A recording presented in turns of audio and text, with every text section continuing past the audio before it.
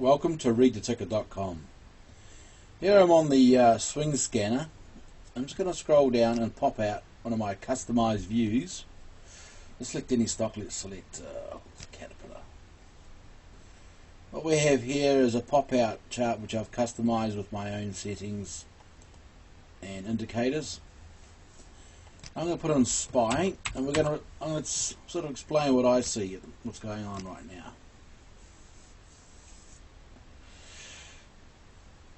Okay, so what we got here, with the pop-out charts, members can tailor or customize the first four charts to see it with their own indicators, their own tools, see what's going on. Well, as you know, with the SPY, it's come off a bit. It's fallen back into the main support of the step on the weekly chart.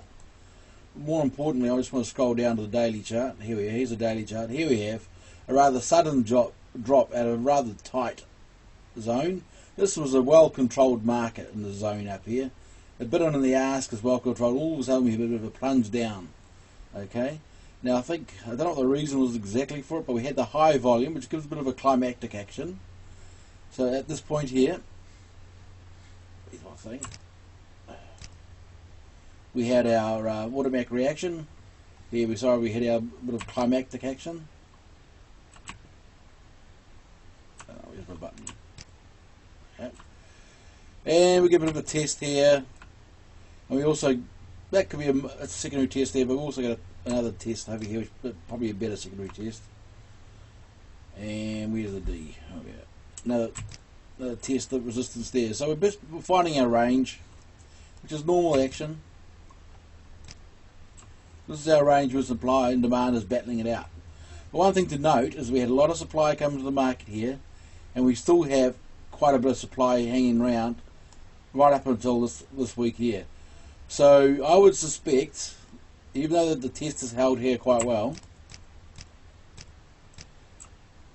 that we will probably have another meandering going through for probably another month or so, going sideways between this range to really see if the supply is dried up.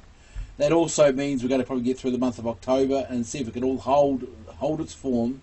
And if October is just a month which can be defined as hold support, then you will get your end of year rally. If something else breaks in October, it's like something coming out of Germany, the Deutsche Bank, or some other derivative thing blows up there, we could be going much lower. Example, here's the RTT OPV. It shows the pressure of the volume. You see how it's way below the -15 line? Our members know what this is all about. This is showing there's so much volume pressure around. It really hasn't shrunk back up to challenge the -15 line to show that the volume is supporting a higher move. Right.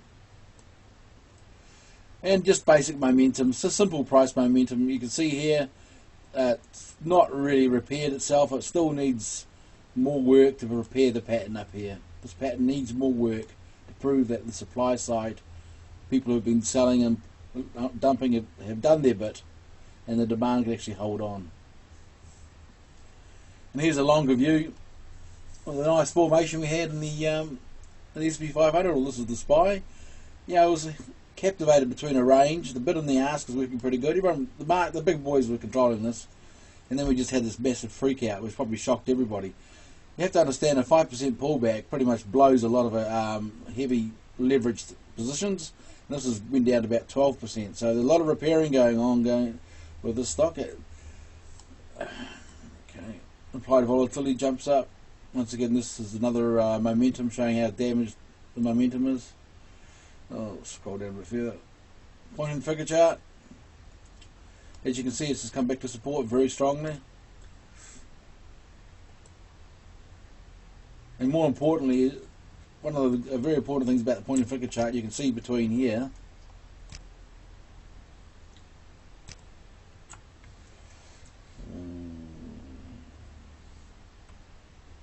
you can see that the supply side have these ivory towers are leading in these patterns here. So until you see the red volume bars wane off and the blue ones start building up a bit more size, that's when you'll start to understand that the demand side is actually taken over a bit. If you look to the left here, you'll see the blue bars, or the blue ivory towers. They're dominating the red ivory towers, and the red ivory towers will start creeping in about here. There's a bit more supply came in on the downswings. Okay, let's scroll that down a bit so you can see the bottom of that. So supply started creeping in here. Couldn't hold on there. Went pop. This may be getting near the end. We just want to see the supply dry up. That's what a point and figure chart can show you. You can show you the waves and how much pressure is on every wave, and how much the offensive side or the defensive side. So the offensive side is demand, the defensive side is supply. How they're balancing up and how the battle's going on. And also in the monthly chart, we can see that the supply, so the SP500 has come back to the 3-year or 36-month trend here. So at the moment it's all behaving as normal. You still have to be bullish, even though it's a bit of a shock. You can see here how well behaved it was here. And we're just getting it once here. Obviously a break below this low would not be attractive. So we just have to hold on for a month to see if support holds. And you can bet your bottom dollar if it does support hold for another 4 or 5 weeks, we'll be having a nice little rally up until Christmas.